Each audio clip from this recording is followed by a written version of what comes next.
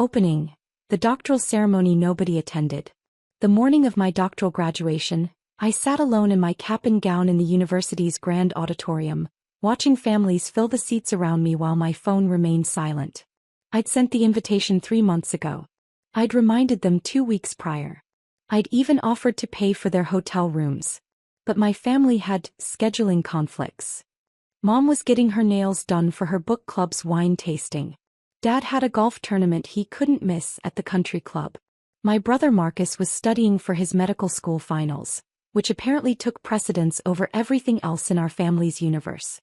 "It's just another degree, sweetie," Mom had said when I called that morning, hoping they'd changed their minds. "You've been in school forever. We'll celebrate when you get a real job." A real job. As if the past 6 years of doctoral research in oncology at Johns Hopkins meant nothing. As if the groundbreaking work I'd been doing on targeted cancer therapies was just an extended hobby. I was 28 years old, about to receive my PhD in molecular biology with a focus on cancer research, and my family treated it like I was collecting participation trophies. Meanwhile, every time Marcus passed a medical school exam, we had family dinners to celebrate his brilliant future as a surgeon. The ceremony began with the usual pomp and circumstance. Professors filed in wearing their colorful academic regalia while families cheered for their graduates. I watched other students embrace their parents, pose for photos, and share moments of pride that I'd only imagined. When they called my name, Dr. Sarah Elizabeth Chin, PhD in molecular biology, summa cum laude, I walked across that stage to polite applause from strangers. My research advisor, Dr. Rebecca Martinez, shook my hand with genuine warmth. "Your work is going to change lives, Sarah," she whispered as she handed me my diploma. "Your family should be incredibly proud." I smiled and nodded, but inside I felt the familiar ache of being undervalued by the people who were supposed to matter most. Dr. Martinez didn't know that my family had skipped my graduation to attend Marcus's medical school study group party the same afternoon.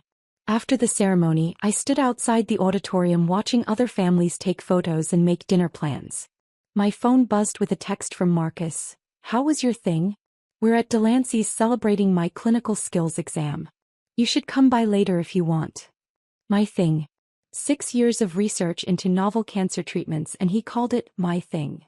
I drove home to my small apartment near the university, still wearing my graduation gown, and sat down at my computer to review the research data I'd been analyzing for months. Tomorrow, I was scheduled to present my findings to the National Cancer Institute's review board. My dissertation research had yielded something extraordinary, a targeted therapy that could potentially revolutionize treatment for aggressive pancreatic cancer. But my family didn't know about the NCI presentation. They didn't know about the preliminary results that had my research team working 18-hour days. They didn't know that pharmaceutical companies had been quietly reaching out about potential partnerships. They saw me as the perpetual student who couldn't finish school and get on with real life, while Marcus was the golden child destined for medical greatness.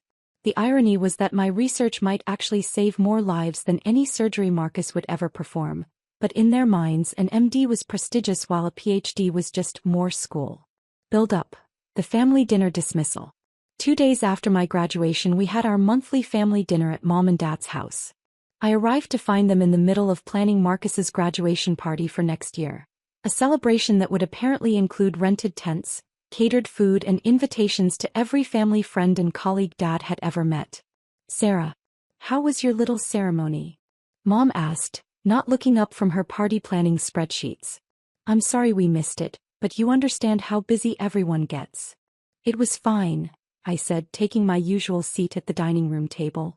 "Dr. Martinez said some nice things about my research." "That's wonderful, dear," Dad said absently, reviewing catering menus. "Marcus, tell Sarah about your surgery rotation. The stories he has are incredible." And just like that, the conversation shifted to Marcus's latest adventures in medical school. How he'd assisted with a heart surgery. How his attending physician had praised his suturing technique. How everyone said he had natural surgical instincts. I listened to 30 minutes of Marcus's medical school highlights while my own achievement, 6 years of rigorous research culminating in a doctoral degree, was treated like a minor inconvenience that had delayed the real conversation. "Sarah's planning to find a real job now, aren't you, sweetie?" Mom said during a brief lull in the Marcus appreciation session. Maybe something in pharmaceutical sales? I hear they pay well and you could use your science background. Pharmaceutical sales. As if I'd spent 6 years earning a PhD to become a sales representative. Actually, I'm continuing my research, I said. I have a position at the university, and I'm presenting my findings to the National Cancer Institute next week. The National Cancer Institute? Marcus perked up with sudden interest. That's pretty impressive, Sarah. What kind of research are you doing? Finally, someone asking about my work. I've been developing targeted therapies for pancreatic cancer. The preliminary results suggest we might have found a way to significantly improve survival rates. Pancreatic cancer, Dad repeated. That's the really bad one, right? The one that killed your Uncle Robert. Yes, I said, glad to have their attention for once. It's one of the most aggressive cancers, but my research suggests we might be able to target it more effectively than current treatments. Mom waved her hand dismissively. That sounds very complicated, dear. I'm sure it's important work, but when are you going to settle down and start thinking about practical things? You can't live in a laboratory forever. The moment of interest had passed. I was back to being the impractical daughter who needed to grow up and join the real world, while Marcus continued to be the family's shining medical star. Speaking of practical things, Marcus said, I've been invited to join an exclusive surgical society at school.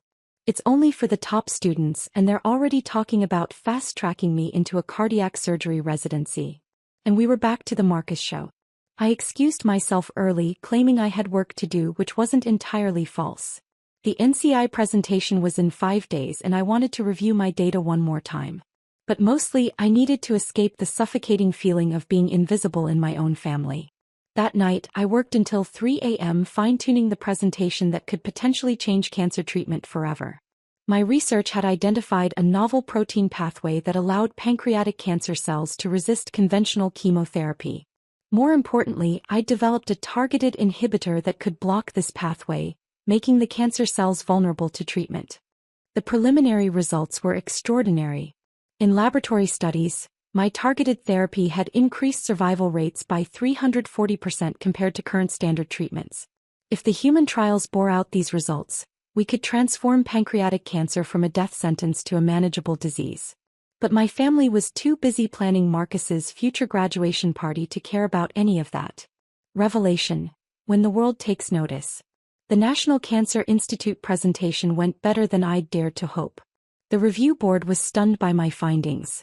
Dr. Patricia Williams, the NCI's Director of Oncology Research, called my work potentially paradigm-shifting and fast-tracked it for expanded clinical trials.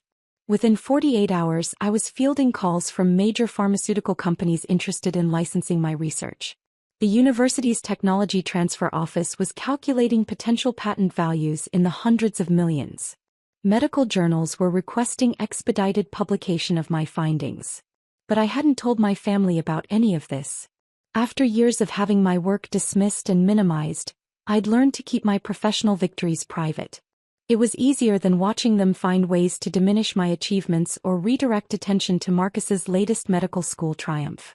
That changed on a Thursday morning 3 weeks after the NCI presentation.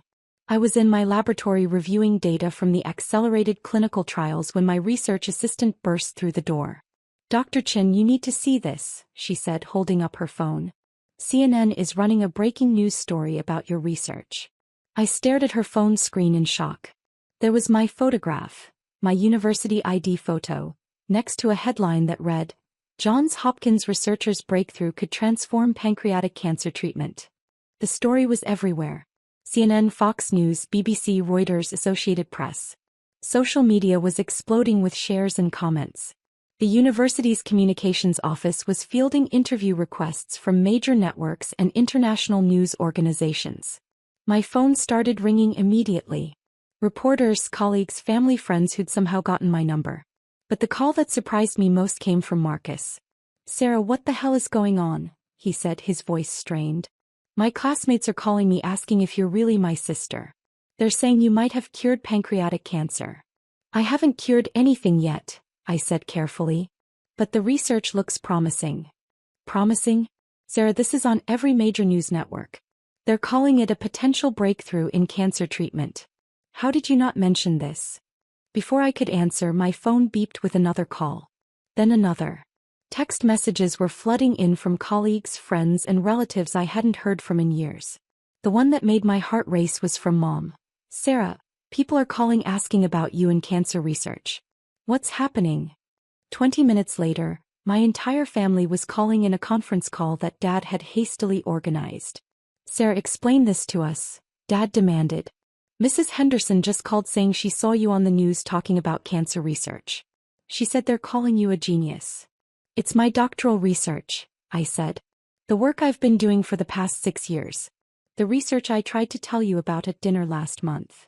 But they're saying you might have found a cure for pancreatic cancer, Mom said, her voice higher than usual. That's not possible, is it? You just got your degree. I've been working on this research for 6 years, Mom. My doctoral dissertation was based on this work. The National Cancer Institute has fast-tracked it for clinical trials. Silence on the line. The National Cancer Institute, Marcus repeated slowly. Sarah, do you realize what this means? If your research works, you could save millions of lives. I told you about the research, I said quietly. At family dinner 3 weeks ago. You changed the subject to talk about Marcus's surgical society. More silence. Dr. Chin. A voice I didn't recognize came on the line. This is Dr. James Peterson from the Washington Post. We're trying to reach you for comment on your cancer research breakthrough. How did you get this number? I asked. Your brother Marcus gave it to us. We're at Johns Hopkins interviewing students about your work. Is it true that your targeted therapy could increase pancreatic cancer survival rates by over 300%? I realized that Marcus, who was supposed to be in class, was apparently at the university talking to reporters about my research. The same research he'd shown minimal interest in 3 weeks earlier. I need to go, I told my family. The university's communications office needs to coordinate all media requests. As I hung up, I realized my phone had 17 missed calls and 43 unread text messages. The university parking lot was full of news vans. My quiet life as a researcher had just become very public. Resolution, recognition, and boundaries. Over the next 48 hours, my story dominated health and science news coverage. Major networks wanted interviews. Medical journals fast-tracked publication of my research. The university organized a press conference where I found myself standing behind a podium, answering questions from journalists around the world. Dr. Chin, how does it feel to potentially revolutionize cancer treatment? Asked a reporter from the BBC. Science is about incremental progress and rigorous testing, I replied. We're optimistic about these preliminary results, but we need to complete clinical trials before making any definitive claims. Your research suggests this therapy could transform pancreatic cancer from a terminal diagnosis to a treatable condition, pressed another journalist. What inspired you to pursue this particular approach? I thought about Uncle Robert, who died from pancreatic cancer when I was in college. I thought about the countless hours in the laboratory, the failed experiments, the moments of breakthrough that had led to this discovery. Personal experience with this disease motivated my research focus, I said. But ultimately, this work represents 6 years of dedicated investigation by an entire research team. After the press conference, I walked across campus to find Marcus waiting by my laboratory. He looked uncomfortable, maybe even ashamed. Sarah, I owe you an apology, he said. I had no idea the scope of what you were doing. When the reporters started asking me about my sister, the cancer researcher, I realized I knew nothing about your actual work. I tried to tell you, I said simply. Multiple times. I know. We all did. We treated your PhD like it was just prolonged education, not real research that could save lives. My phone buzzed with another call from a pharmaceutical company, followed immediately by a text from Mom. Saw you on CNN. We need to talk. The family wants to have dinner to celebrate your achievement, Marcus continued. Dad's talking about renting the country club, inviting everyone we know. Like the graduation party you're planning for yourself? Marcus had the grace to look embarrassed. Yeah, kind of like that. Look, I get why you might not want that. We screwed up, Sarah. We completely failed to recognize what you were accomplishing. Over the following weeks, the attention was overwhelming but also validating. Major pharmaceutical companies competed to license my research. The National Cancer Institute allocated $50 million for expanded clinical trials. Time magazine named me to their Next Generation Leaders list. My family's response was complicated. They were proud, certainly, but also clearly struggling with the reality that the daughter they'd dismissed as a perpetual student was now being hailed as a potential pioneer in cancer research. Mom called daily with updates about neighbors and friends who'd seen me on the news. Dad forwarded every article about my research to his entire email contact list. Marcus found himself fielding questions from classmates who suddenly realized his sister was famous. But the most meaningful recognition came from unexpected sources. I received thousands of emails from cancer patients and families affected by pancreatic cancer. Support letters from fellow researchers. Invitations to speak at medical conferences around the world. 6 months later, when Marcus graduated from medical school, his ceremony was everything my family had planned. Catered dinner, rented venue, hundreds of guests. I was invited, of course, and I attended. But the dynamic had shifted. People at Marcus's graduation party knew who I was. They asked about my research, my clinical trials, my upcoming publications. Marcus, to his credit, introduced me proudly as my sister, the cancer researcher. "How does it feel to have saved so many lives already?" asked one of Dad's colleagues. "The research is still in clinical trials," I corrected. "We won't know the full impact for several years. But the preliminary results suggest you've found something revolutionary," pressed another guest. "Science is about careful validation and peer review," I replied. "Premature claims can be harmful to patients and families." Later that evening, as the party wound down, Mom approached me with something that might have been regret in her eyes. "Sarah, I realize we didn't understand what you were doing all these years. When you said you were doing cancer research, we thought it was just academic work. We didn't realize you were actually trying to save lives. All academic research has practical applications," I said. "You just didn't think mine was worth paying attention to." The truth hung between us, uncomfortable but necessary. "We're proud of you now," she said softly. "You should have been proud of me when I graduated," I replied. The work hadn't changed. Only the recognition had. As I drove home that night, I reflected on how external validation had forced my family to reconsider their assumptions about my life and work. The research that had been dismissed as just another degree was now potentially saving lives on a global scale. But the recognition from the scientific community, from patients, from peers who understood the significance of the work, that had always been there. My family's approval was gratifying, but it was no longer necessary for my sense of worth or purpose. Sometimes the most important work happens quietly in laboratories and libraries, away from the fanfare and celebration. And sometimes, the world eventually takes notice of what your family never bothered to see.